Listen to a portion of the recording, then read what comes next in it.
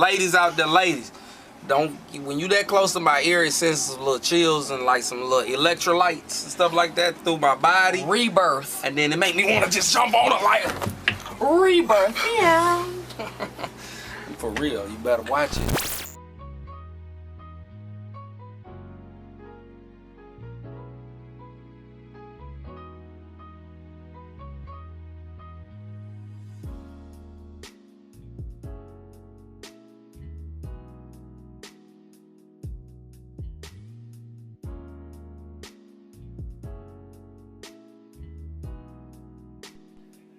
Hey everyone, this is D-Vyne and welcome to my channel.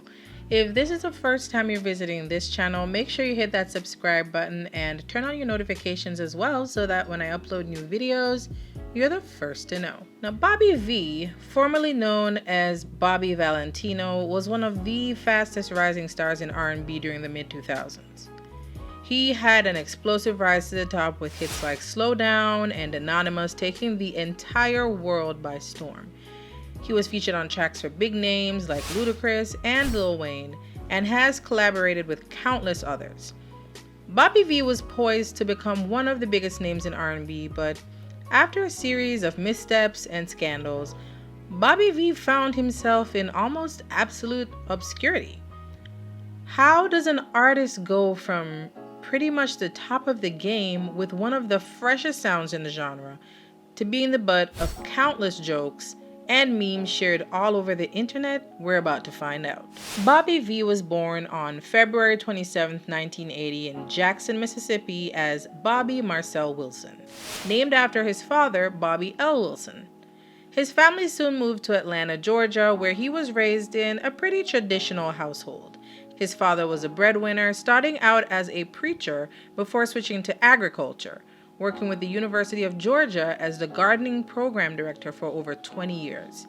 His mother, Margaret Wilson, was enrolled in medical school, and after graduating, she pursued a career in public health.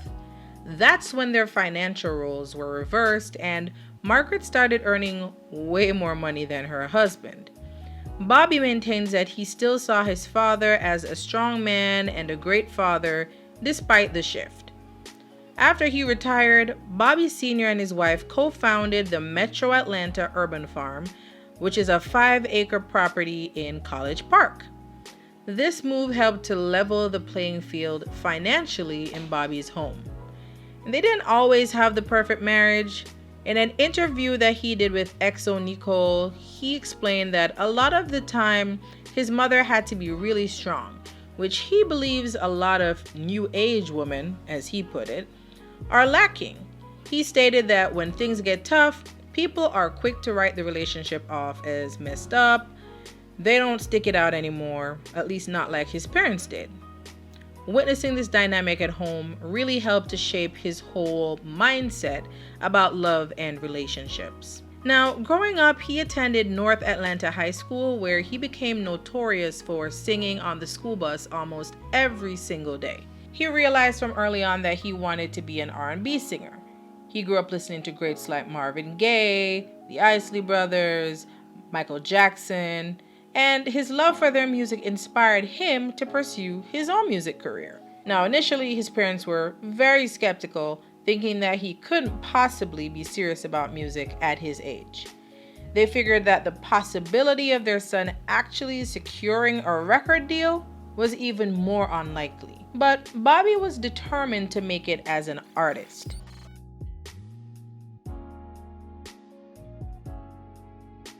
At the age of 16, he was introduced to Organized Noise, a production team from out of Atlanta who worked on big hits like TLC's Waterfalls, as well as hit records by En Vogue and Outkast. Bobby felt like he hit the jackpot at this point because these guys had access to the kind of resources that could really launch his music career.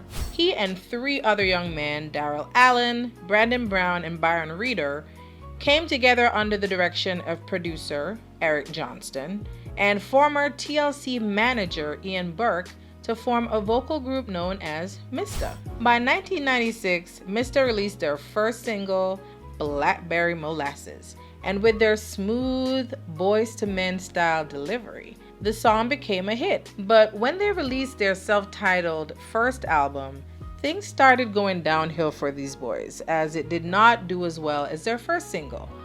They started work on a second album with rapper and record producer Timbaland, but they ended up not releasing it. Due to some issues they were facing with their management team, the group decided to disband in 1997.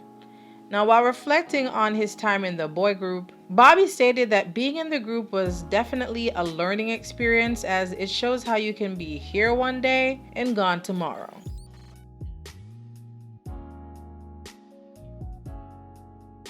With Mista now being a thing of the past, Bobby decided to go back to school. Now, although he was offered a music scholarship at Clark Atlanta University, he graduated with a Bachelor of Arts in Mass Communications. At the age of 22, he auditioned for the first season of the popular talent competition show American Idol, but he was not selected. He started an internship at a local TV station, and when he wasn't working at the station, he spent some of his free time volunteering at his parents' farm. But he still wasn't done with the music industry yet. While working on his degree, he had continued to make music, working on demos in the hopes of catching his big break as a solo artist. As luck would have it, one of those demos landed in the hands of rapper Diddy, who then forwarded the demos to rapper and record producer Ludacris and his longtime manager Shaka Zulu, co-founders of Disturbing the Peace record label, or DTP, which is a subsidiary of Def Jam. They were very impressed with Bobby's sound and eventually signed him as DTP's first R&B artist. While working on his debut album, he reunited with Grammy Award-winning hitmakers Tim and Bob, who he previously worked with during his Mista days. In the spring of 2005, he released his first single, Slow Down, which had a sexy, grown vibe appealing to a more mature audience. This seems to be the theme that he was going for in his career, and he definitely accomplished that with this first single. This was when Bobby Wilson was reborn as Bobby Valentino. Valentino being a nickname given to him by his parents because he was originally expected to be born on Valentine's Day. His first single as a solo artist became a huge hit, getting a lot of radio and TV play, which was more than he had ever imagined. All of their hard work really paid off, as Slow Down went straight to the top of the charts, peaking at number 8 on the US Billboard Hot 100 and going to the number 1 spot on the Billboard R&B singles charts. When DTP saw how great the first single was doing, they pushed ahead with the release of his self-titled debut album, which sold over 708,000 copies in the US alone, achieving certified gold status, which was a far cry from Bobby's Mista days. It debuted at number 3 on the US Billboard 200 and sold approximately 180,000 copies in its first week alone. It eventually went straight to number 1 on the Billboard Top R&B Hip Hop Albums charts, so it was definitely a successful debut. This led to him being nominated for an NAACP Image Award for Outstanding New Artist the following year. In the summer of 2005, he joined Scream Tour 4, The Heartthrobs, which was another installment of the popular Scream Tour series sponsored by BET. The tour featured other successful acts like Omarion, Bow Wow, Pretty Ricky, Marcus Houston, and B5. That summer, he was also featured on Ludacris's hit single, Pimpin' All Over the World, where he sang the very catchy chorus. That song became the most successful single from Ludacris's 4th studio album, The Red Light District. Bobby soon released a second single, which was a remix of his song Tell Me featuring Lil Wayne, but it didn't perform as well as Slow Down on the charts. He followed that up with the release of his final single from his debut album, My Angel, during the fall, but it didn't achieve the success of his first single. He soon released his second studio album, Special Occasion, in 2007. He co-wrote most of the songs on his album, so it was definitely more personal for him. Once again, he teamed up with Tim and Bob, but he also worked with other big producers, including Rodney Jerkins and Timbaland.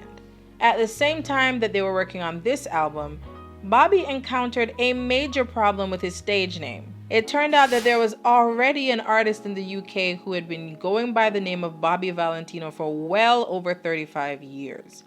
This led to a big lawsuit against Bobby and his then record label for passing off, trademark infringement, and breach of contract in relation to record sales, recorded content, and artist live performances. Bobby ultimately lost and had to change his name. That whole drama led to Special Occasion being released under the name Bobby in the UK. The album was originally set to be released in December of 2006, but the release date was pushed back to the following year in May. His first single from this new album, Turn the Page, didn't perform as well as the first single from his debut album. They followed that up with another big hit, Anonymous, featuring Timbaland, who also produced it. Anonymous did really well on the charts, but at this point, it was becoming clear that this second album was not doing as well as the first. Special Occasion sold only 92,000 copies in its first week, which was just over half of the previous album's sales.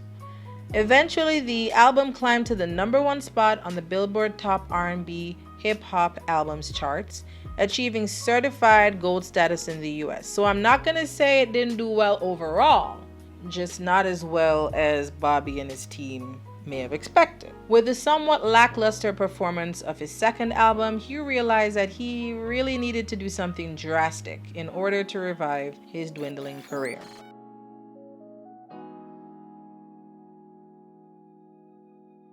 Early in 2008, Bobby announced that he was parting ways with DTP on pretty good terms and that he signed a distribution deal with EMI Global Music Services, under which he started an imprint called Blue Collar Dreams. He explained that he sat down with Ludacris and Shaka Zulu, explaining to them that now was the time for him to go out on his own.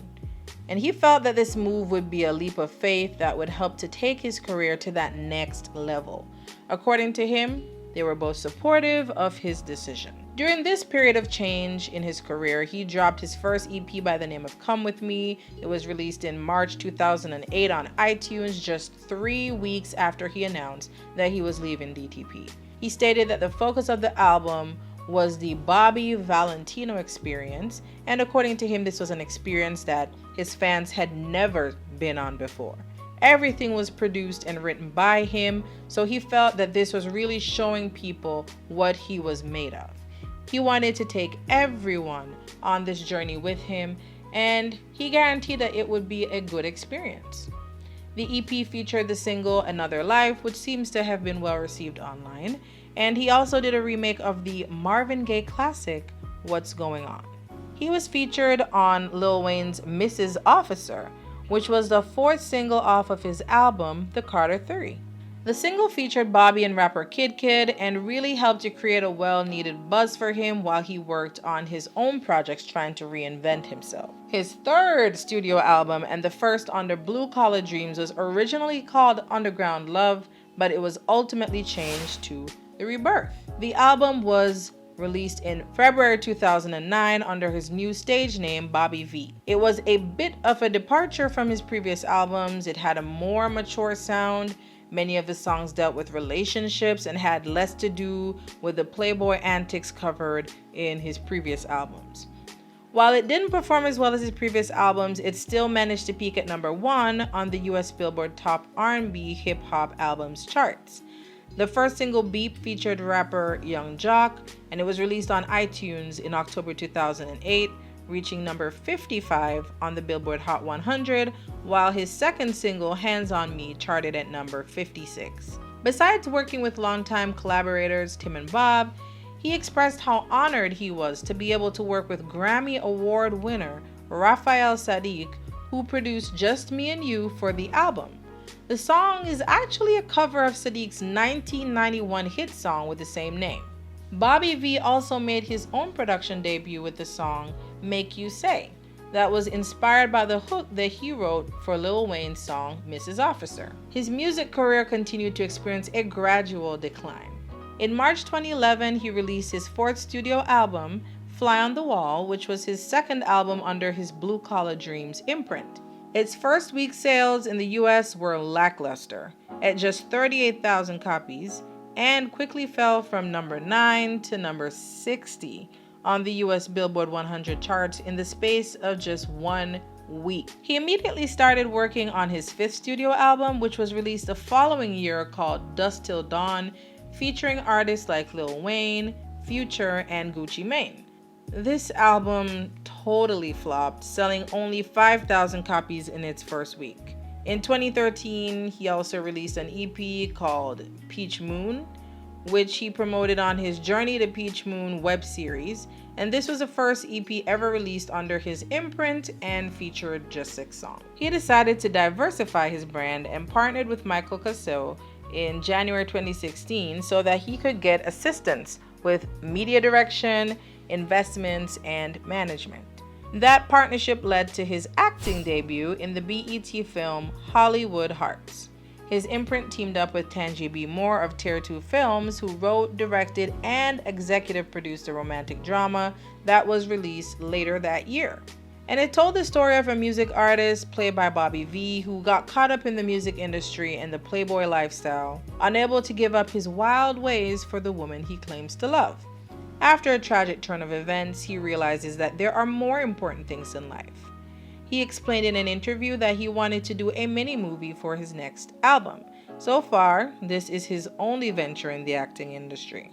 Well, that's if you don't count the few episodes he appeared on hit reality series Love and Hip Hop Atlanta back in 2016, or when he appeared as himself in the documentary The Art of Organized Noise, which came out that same year. Bobby once again decided to change directions in an attempt to revive his career and signed a deal with Sono Recording Group in September 2017. He was reunited with Tim Kelly, formerly of Tim and Bob, who was now the head of A&R for Sono. They worked together on his 6th studio album, Electric, which was released in March 2018. Right now, I'm gonna step out on a limb here and say that 2017 was probably one of, if not the most horrible years that Bobby V has experienced throughout his career. Nothing much was going on with his music career at the time. In July of that year, he got caught in a very compromising and embarrassing situation with a transgender woman by the name of Rima Houston. In a viral video that she seems to have released, she alleges that Bobby V sought her out for sexual services and then tried to run out without paying the bill. When she realized that Bobby wasn't about to pay up, Rima says she grabbed her phone and decided to record the encounter.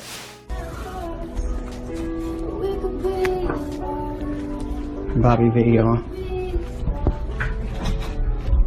Back up for me. Back up. Get out my house.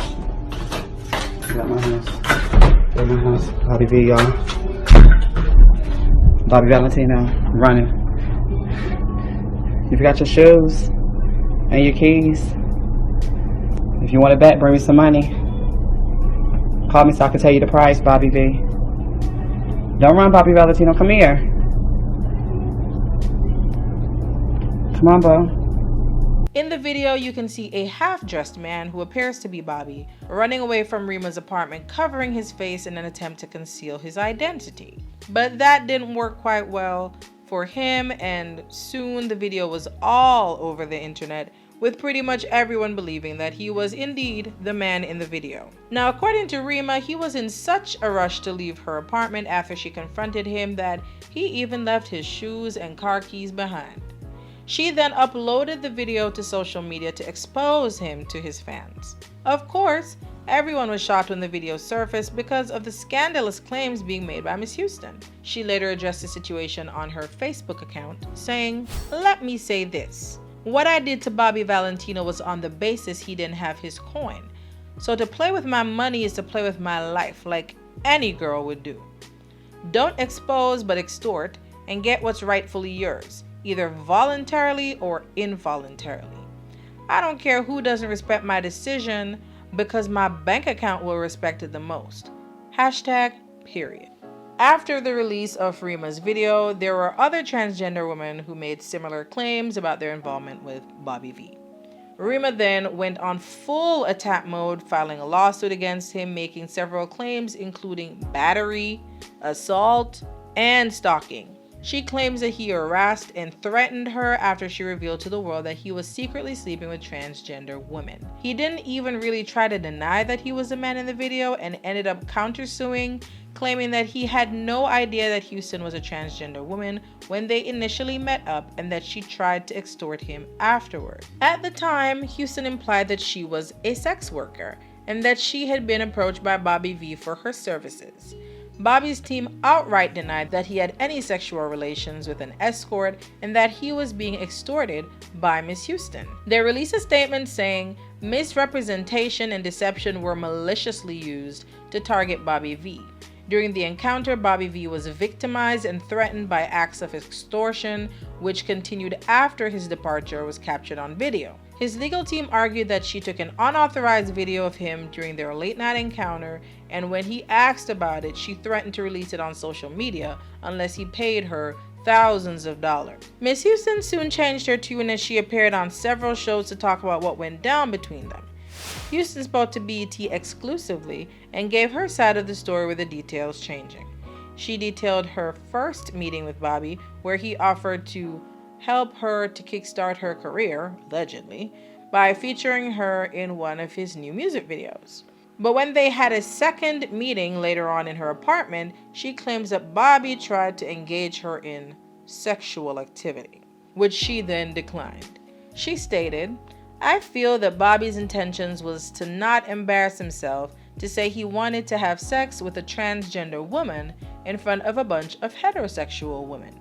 So he waited until it was the appropriate time to come at me when it was one-on-one to get to the matter of what he wanted to do." She claims that the clip that was previously circulating the internet was just a response to him unbuttoning his pants second before.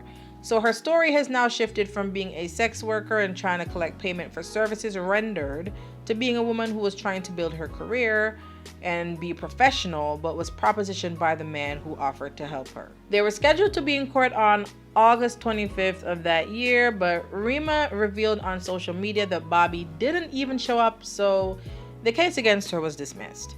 Now, no one knows if Bobby V paid Rima the money she says she was owed or not, or if he came to some other sort of settlement with her to avoid further drama, but after bashing Bobby hard online, she abruptly stopped talking about him altogether. The case has essentially faded away with just the occasional mention on random message boards.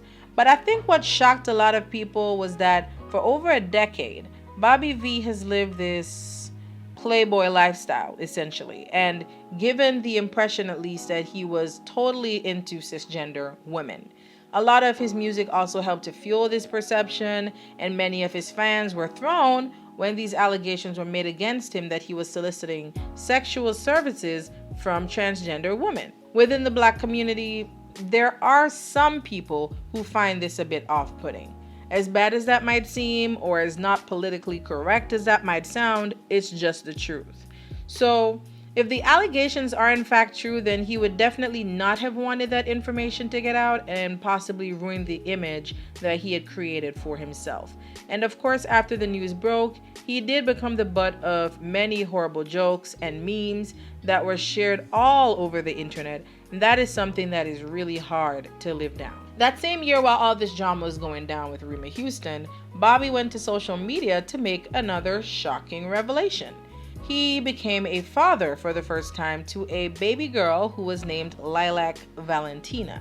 The alleged mother of his child, China, reportedly sent messages to a few blogs at the time in response to this announcement to remove any mention of her daughter from their websites. At the time, she would not confirm if the child was in fact Bobby V's, and this of course helped to fan the flames as people started to speculate that this was not really his child and that this was just a publicity stunt to distract everyone from what went down with Rima Houston. At the time that he made the announcement, a lot of people did speculate that it was just a publicity stunt, but it was safe to say that a baby was not about to distract everyone from the fact that he was caught in such a scandalous situation. Now, you would think that after this mess of a year, Bobby would catch a break, but 2018 just said, hold my drink, because it was about to try and outdo 2017. TMZ broke the story initially, and then reports started circulating that Bobby V was now being investigated about the sexual assault of a young woman. According to the Cobb County Police, there was a report made on March 19th accusing him of a sexual assault incident that allegedly took place on the previous day. He was not arrested at the time that the report was made, so it seems that he was just being questioned regarding the incident. His team released a statement denying all claims made against Bobby V and announced that they were taking legal action against what they called a weak yet calculated attempt to obtain financial gain through ulterior motives. They emphasized that while Bobby V takes allegations made by women very seriously, false allegations damage true victims of sexual abuse. This all went down around the same time that he had released Electric, which may or may not have negatively impacted his sales, but to be honest, his career was already on the decline, so these incidents would just have been the icing on the cake and not so much the cause. Now, no formal charges were ever made against Bobby V in the sexual assault case, so it seems like it just either disappeared after a while or nothing fruitful came from that investigation. The alleged victim may have withdrawn the allegations out of fear because he threatened to sue, or they may have come to some sort of agreement outside of court. No one really knows, and there were no further reports made about the charges. It just seems like that case was dropped as well. It kind of feels like since then there hasn't really been much mention of Bobby V besides the occasional revival of the Rima Houston scandal. So what has he been up to? Well, he definitely has not given up on his music career. In 2019, he was a part of the Millennium Tour, which included well-known acts like B2K, Pretty Ricky, Lloyd, the Yin Yang Twins, Mario, and Chingy. He is still signed to Sono Recording Group and even started his own label called Veltri Music Group. Between 2019 and 2020, he introduced a few new artists that he signed to his label. And in an interview with Fox 5's Wisdom Martin, he talked about his new label and what inspired him to step up his game in the industry. Now, while he's still out there making his own music, he seems to have decided to start taking a background role and building a career as a music exec as well. In 2020, he released a new album called Sunday Dinner on Valentine's Day, featuring live instruments and an even more mature sound. On the 2019 Soul Train Awards red carpet, he explained that he wanted the album to showcase his own maturity and growth. He stated that the album does not include any sexual references and is just about real-life situations that everybody goes through. When he was asked why he wanted to make this change, he simply replied, "Just growing up, going through things, seeing things, and just living life." So, what do you guys think? Let me know down in the comments. And don't forget to hit that subscribe button and share this video. Also, turn on your notifications so that whenever I post a new video, you're the first to know. Until next time.